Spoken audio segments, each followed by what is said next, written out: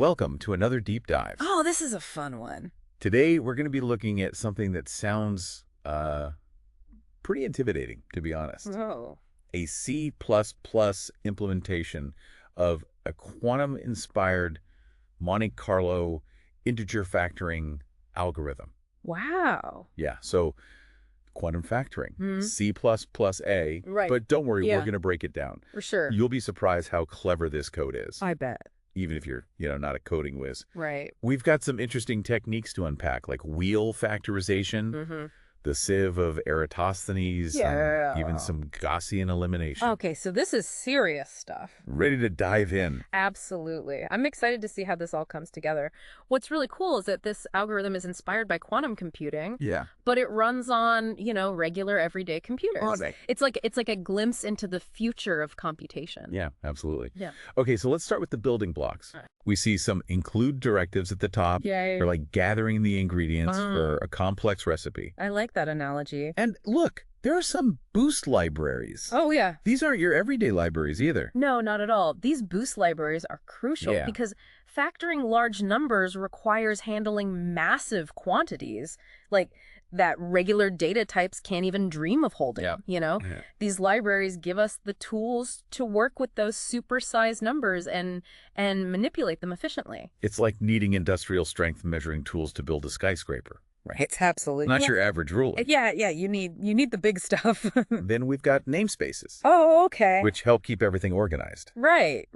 So think of them as separate workspaces for different parts of the code, preventing any mix-ups or clashes. It's like having labeled drawers for your tools. I see. You don't want your screwdrivers mixed up with your wrenches. Makes sense. Yeah. And look at this. The code uses dispatch queue, Oh, interesting. which means it can use the power of all your CPU cores. Now, that's a smart move for a computationally intensive task like factoring. It's like having a whole team of mathematicians working on the problem simultaneously instead of just one.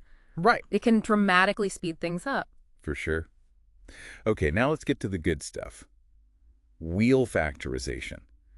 It sounds pretty fancy, Mm-hmm. but is it really just a clever way to skip over numbers that can't possibly be prime? That's the gist of it. Imagine trying to find prime numbers by checking every single number. Oh, gosh. Yeah, that would take forever. Forever. Especially with larger numbers, wheel factorization is like having a shortcut map that tells you exactly which numbers you can safely skip.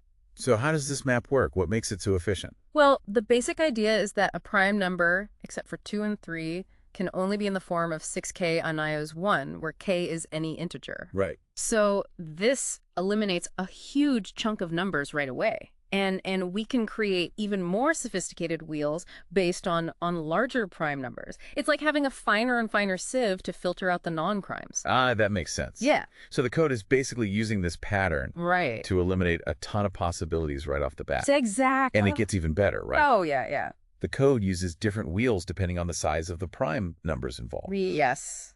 That's what makes it so adaptable and efficient. It's like choosing the right gear for cycling uphill or downhill. Right. You wouldn't use the same gear for both, would you? Definitely not. Yeah. I can already see how clever this algorithm is. We also see these functions called forward x and backward x. Okay. Yeah. What are they all about? These functions handle the wheel logic, navigating through this sequence of possible primes efficiently. They're like the gears that drive the wheel, allowing the algorithm to jump between positions and actual numbers within the wheel sequence. I'm starting to see how these pieces fit together. Now let's talk about another interesting bit. The sieve of Eratosthenes. It sounds ancient, It is. but it's still relevant here. Absolutely. It's a classic algorithm for finding prime numbers, Right. and it works beautifully with wheel factorization. Imagine a grid of numbers. The sieve systematically crosses out multiples of each prime, leaving only the primes themselves behind. So it's like a systematic elimination process. Exactly. And this code takes it a step further, right? It uses bit manipulation Oh, yeah. to make the sieve even faster. Yes. Bit manipulation is like working at the level of individual bits, the ones and zeros that computers use to represent information. This allows for lightning-fast calculations, making the sieve incredibly efficient, especially when dealing with large numbers. It's like using a super-powered version of the original sieve. So we've got these clever techniques for finding primes, Yeah. wheel factorization, and the supercharged sieve of Eratosthenes. Right. But how does this all connect to actually factoring a number? Good question. where do these gears come into play? That's where it gets even more interesting. Okay. These gears are actually bit sets, Right. like a series of switches that can be either on or off. Each gear represents a sequence of numbers that are not divisible by a specific prime. Think of them like filters that remove all the numbers that we know can't be factors. So each gear removes certain numbers based on their divisibility by specific prime. Right. But why are we doing this? The ultimate goal is to find smooth numbers. Okay. These are numbers that are only divisible by small prime numbers. Interesting. Smooth numbers are crucial for the factoring process because they have special properties that allow us to break down large numbers into their prime factors. So by creating these gears and filtering out numbers, we're essentially narrowing our search to those smooth numbers that are more likely to help us find the factors. Yeah. It's like panning for gold in a carefully chosen spot, Exactly. where we know the gold is more likely to be found. Yeah. We're not just using one gear, are we? Right. The code generates multiple gears for progressively larger primes. Okay. It's like having a set of increasingly fine filters, each one targeting a different range of prime numbers. Makes sense. And here's where it gets really clever. There's a function called getGearIncrement that manages all these gears simultaneously. So it's like a master control for all the gears, ensuring they work together in sync. Exactly. That sounds incredibly complex. It is, but it's also incredibly efficient. Wow. This function uses bit manipulation to track the state of multiple gears at once, allowing the algorithm to jump ahead even faster. It's like a master chess player who can calculate several moves ahead, anticipating the best path forward. So we've gathered our tools, refined our search, and built these intricate gears. Yes. But now we need someone to put it all together, right? Someone to orchestrate the whole operation. Exactly. And that's where the factorizer structure comes in. Okay. It's like the brain of the entire operation, the control center that holds all the data, methods, and strategies needed for the actual factoring process. Think of it as the conductor leading an orchestra of mathematical operations. That's a great analogy. Thanks. And this conductor seems to have a pretty impressive repertoire. Oh, absolutely.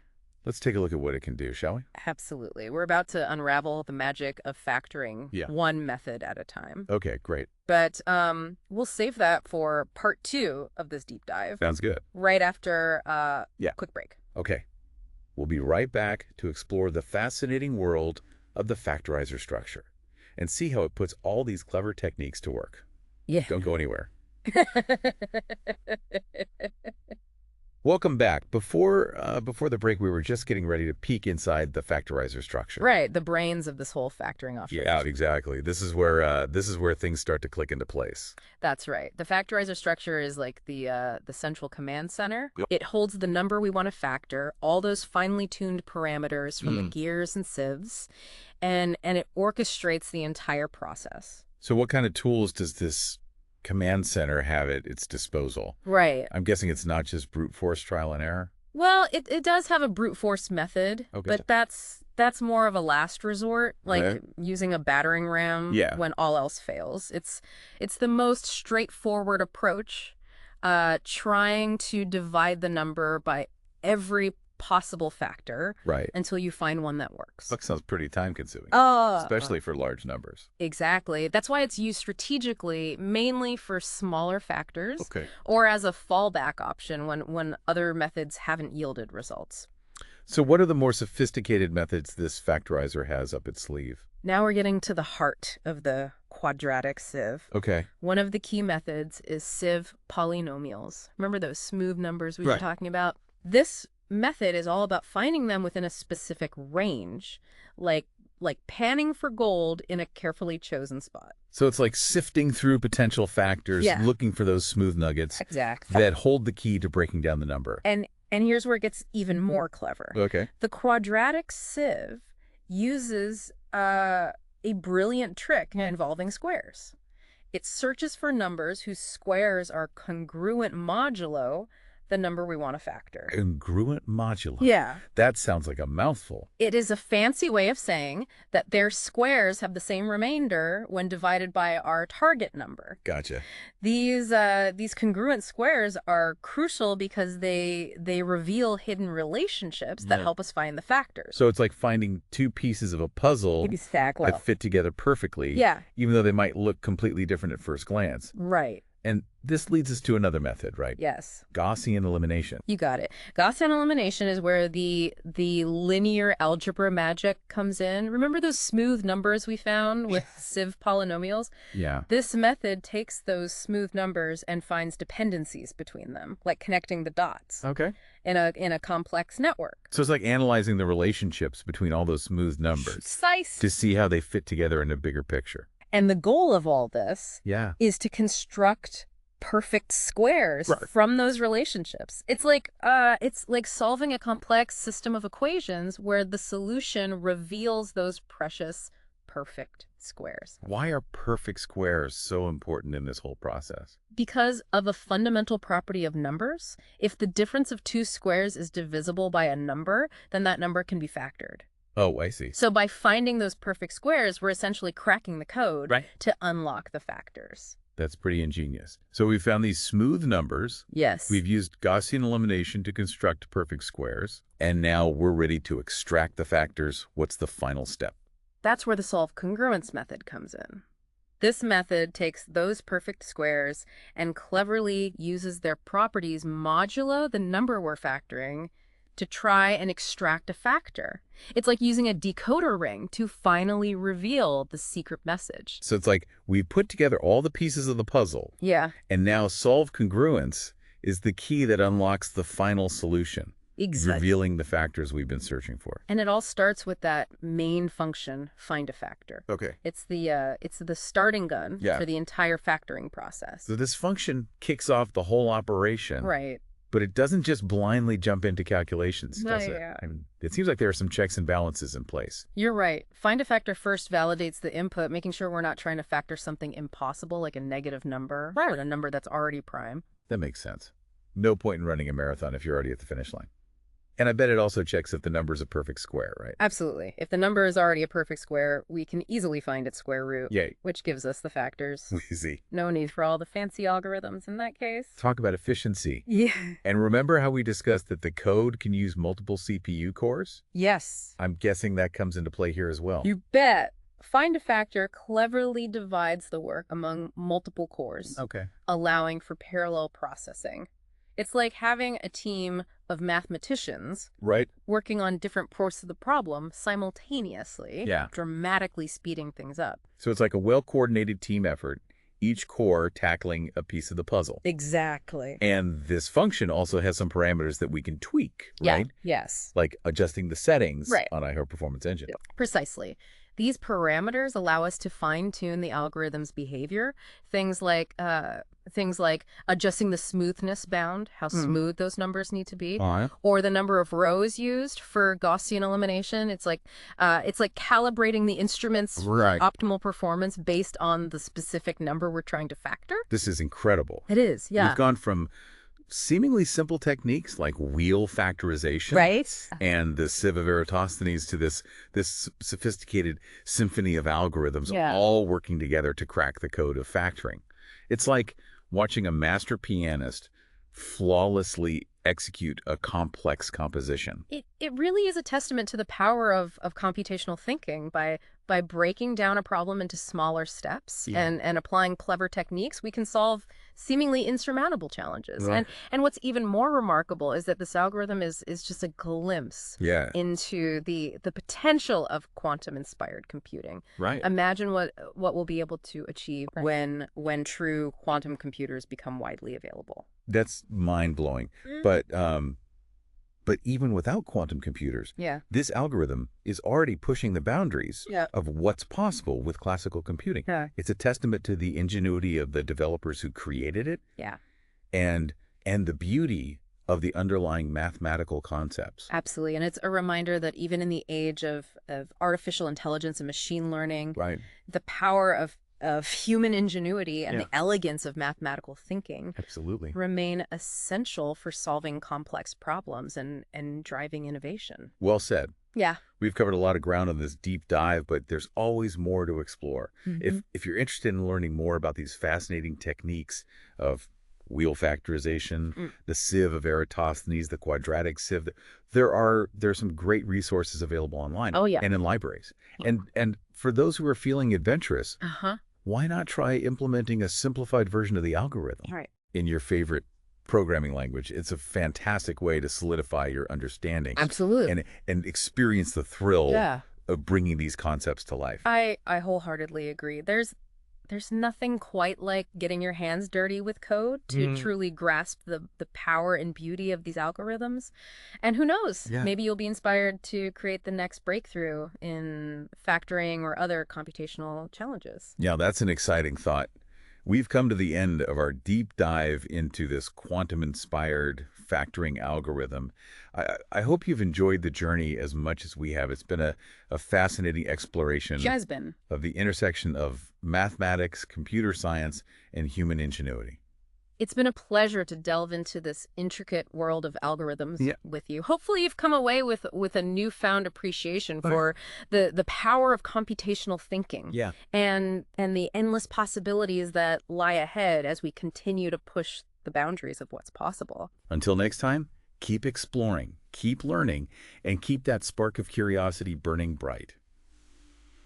It's amazing to think that this intricate algorithm we've been exploring is just a taste of what might be possible. Oh, right. True quantum computers. It really is mind-boggling. Yeah. Quantum computers leverage the bizarre laws of quantum mechanics Yeah. to perform calculations in ways that classical computers just can't. Right. It's like having a whole new set of mathematical tools that open up like a universe of possibilities. So if this algorithm running on a classical computer is already so impressive, Right. what kind of leaps could we see with quantum factoring algorithms running on actual quantum hardware? Well, imagine being able to factor numbers that are currently considered like practically impossible to break with classical computers. Yeah. That would have huge implications for cryptography and data security, for example. That's a big one. Right now, a lot of our online security relies on the fact that it's so difficult to factor these very large numbers. If quantum computers can change that, Right. it could revolutionize the way we protect sensitive information. Exactly. And it goes beyond just cryptography. Quantum algorithms have the potential to revolutionize fields like drug discovery, Oh, wow. material science, and artificial intelligence. We Wow. could design new medicines, develop more efficient energy sources, Oh, yeah. and create AI systems that are far more powerful than anything we have today. So it's like opening a door to a whole new era of scientific and technological advancement. Yeah. And this algorithm we've been discussing, Yeah. even though it's designed for classical computers, Right. gives us a glimpse It of does. the future. Precisely. It's a testament to the power of human ingenuity to find creative solutions, Right. even when, working within the limitations of current technology. Right. It's like building a model airplane that perfectly mimics the principles of flight, Yeah. even though it can't actually take off. That's a great analogy. So while we wait for the era of true quantum computing to fully arrive, Right. this algorithm is a reminder that we can still push the boundaries Yes. of what's possible with classical computing, Absolutely. and perhaps even pave the way for those quantum breakthroughs. Absolutely. It's a fascinating field Yeah. that's constantly evolving, and who knows what amazing discoveries await us just around the corner. This deep dive has been an incredible journey. It has, yeah. We started with, what seemed like a daunting topic Right. of a quantum-inspired factoring algorithm. Yeah. But by breaking it down step by step, Right. we've uncovered its elegance Wow. and ingenuity. Yeah. It's been a pleasure to explore these concepts with you. Hopefully you've come away with a newfound appreciation for the beauty of mathematics Okay. and the power of computational thinking and perhaps even a spark of inspiration to